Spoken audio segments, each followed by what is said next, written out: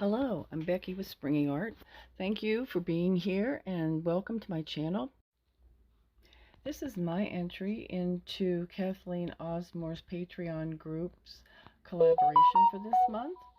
Our challenge this month was to use the colors in this palette. This is some inspiration pictures that I have.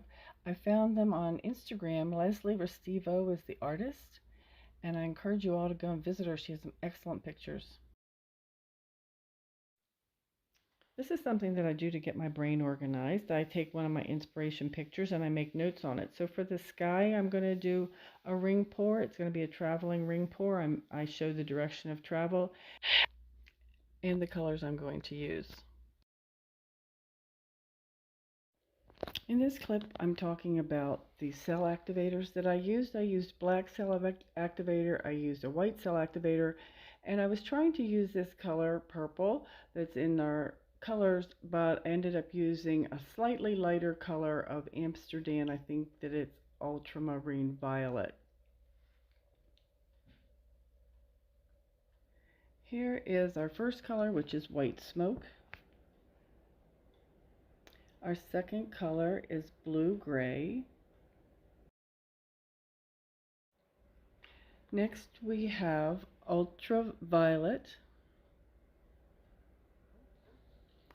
then steel blue, and finally dark blue. And in the description box I'll tell you the paints that I used to mix those colors. My piece for this collaboration will be done on a cradled wood board. I'll be using the back of the board instead of the front of it. To prepare that board, I have taped the sides and I have spray painted the inside of it to prime the wood. This is a 12 by 12 cradled wood board. However, the inside of it is 10 by 10. And what we're going to be doing is a resin pour. So I'm going to pour some resin in to seal the bottom. I'm going to do a flip cup with acrylic paints, and then I will be painting some skins and cutting the skins into the mountain ranges and having some separation between some of the ranges with resin so that it will be a multi-layer pour. In this segment, we're going to be doing a drizzle swipe to create an acrylic skin. And I already have several skins that are very dark because I used a black cell activator on them, and they turned out much darker than I really wanted. So I don't need dark colors now. I want a gradient from light to dark, but in this one we'll just have the medium colors, which is going to be closest to me, and then the lighter colors are going to be farther away. So as you see, I'm starting with my darker colors, so I'm putting more of them on the bottom, which are going to be the medium colors, and less of this paint at the top section, which is going to be the lighter part of the gradient. Now, a drizzle swipe is something I learned from Kathleen Miller on her YouTube channel, and she uses these for what she calls her her stained glass paintings. And in a drizzle swipe, you have a lot of paint down, but you also have white space. So this is the steel blue that I'm putting down now, and this is a medium color, so I'm going to pretty much try to have this equal on top and the bottom since it's our medium color. You'll notice that I'm not using a pillow. I've found that if I want to cut this with a Cricut, which is my initial plan, if I want to cut this with a Cricut, I need a thinner acrylic skin, and I get that best by not using any pillow. And as you'll see, I get a really nice swipe even without using the pillow. I'm not going to be spinning this, so I don't really need the pillow there to help it move. Here with the lighter colors, I'm going to be using more of these on the top. Whoop, I used a whole lot more on that one. And less of the paint on the bottom. I typically would use a paper cup for this, but I knew that this was going to be a multi-day process, and I wanted to be able to save my paint. So now I'm using the lightest color, which is the white smoke. And again, I'll be using more of this on the top, which is going to be my lightest section, and less on the bottom, which is going to be the medium.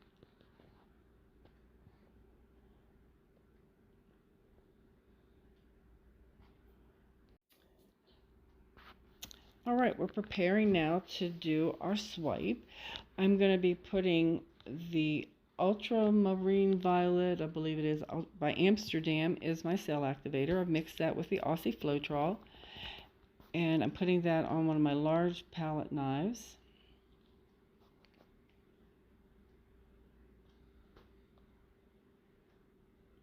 And we're just going to glide it lightly over the surface of our colors.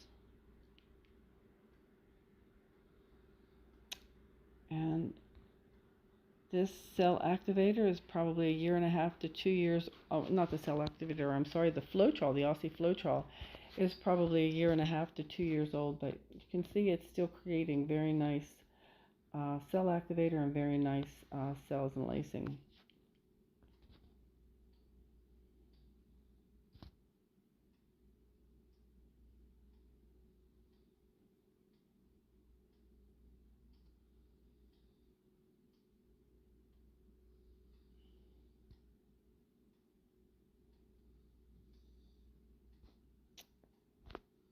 Okay.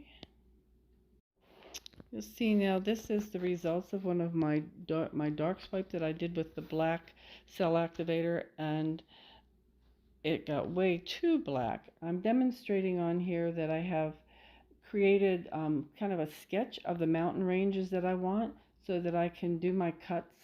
In this case, I was able to use the lines of the swipe itself to cut my mountain ranges.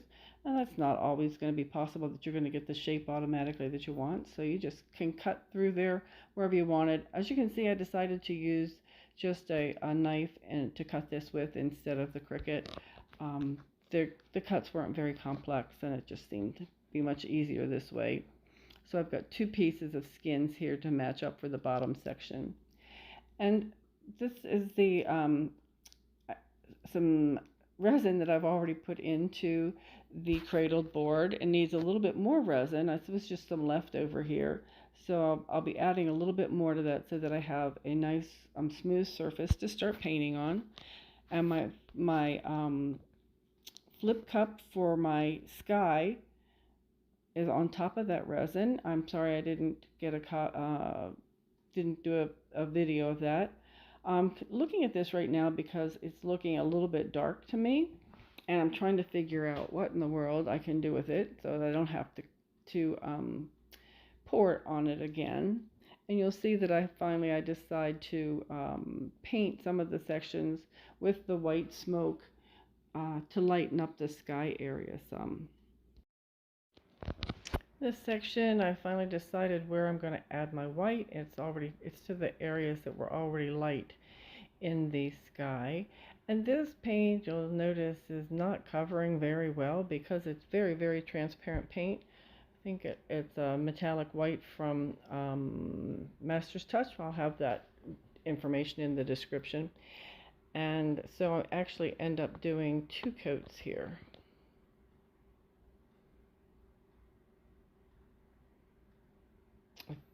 Not sure whether this is the first or the second coat. It looks like maybe the first coat's still here.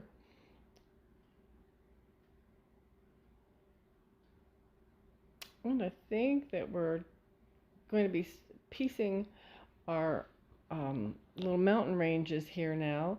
So, and when the section that you saw a few minutes ago, I was cutting these sections out, and I basically did a rough cut on them to try and figure out where they needed to be placed on the board, and put the parchment paper in between them that I mentioned and set them aside. But then when you take them out, they never look quite the same.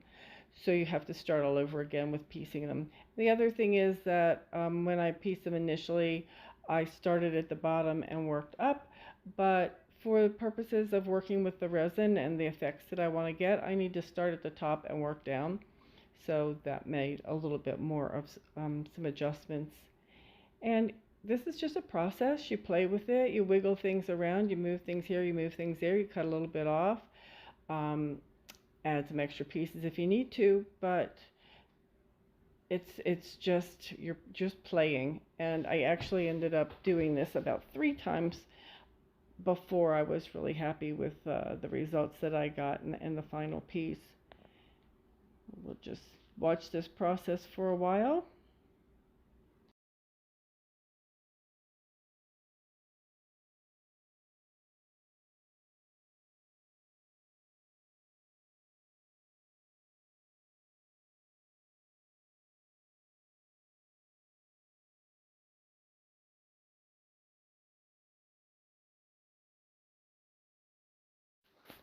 I have the pieces for the top mountain ranges all set, and we're ready to start pouring the resin. I will give you the details about the resin in the description. It's KS resin, liquid, stone ultra UV, I believe. And we're just pouring a very thin layer. I just need enough, maybe 1/8 of an inch, just enough basically to cover the skins. We're just torching it, getting rid of the bubbles, getting rid of some fluff and hairs and who knows what all is in there. And going around the edges to try and get rid of bubbles that like to hang on the edges. Here we're covering her up, putting her to bed and protecting her from any stray hairs or rangy bugs that are running around. And our this is the next to the final picture. Here's our final picture. I included, let's see, I had how many layers? So we had the purple layer first. We did our flip cup and our top 3 ranges, and then had another layer of resin. We had the bottom 2 layers of the ranges and the clouds, and another layer of resin. We have more clouds, resin, and a top coat. So about 4 or 5 layers of resin in there. Also